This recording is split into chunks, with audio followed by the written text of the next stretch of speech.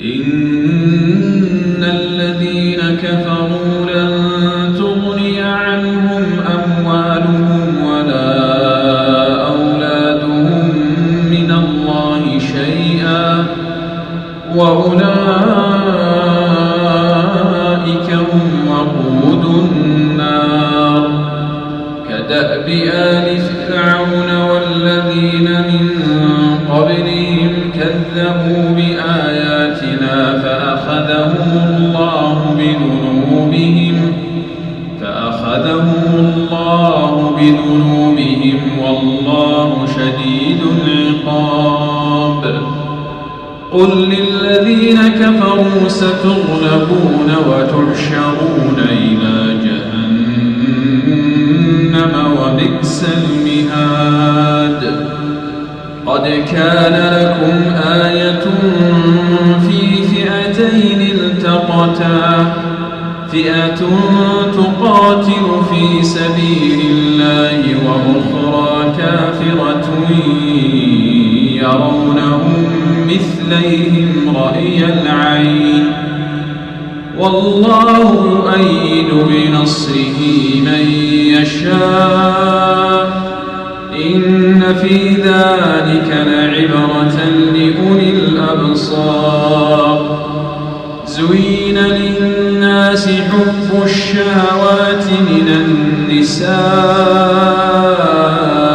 والبنين والقناطير المقنطرة من الذهب والفضة والخيل المسومة والأنعام والحرث ذلك متاع الحياة الدنيا والله عنده حسن المآب قل أنبئكم بخير من ذلكم للذين اتقوا عند ربهم جنات تجري من تحتها الأنهار خالدين فيها وأزواج مطهرة ورضوان من الله والله بصير بالعباد الذين يقولون ربنا إننا آمنا فاغفر لنا ذنوبنا وقنا عذاب النار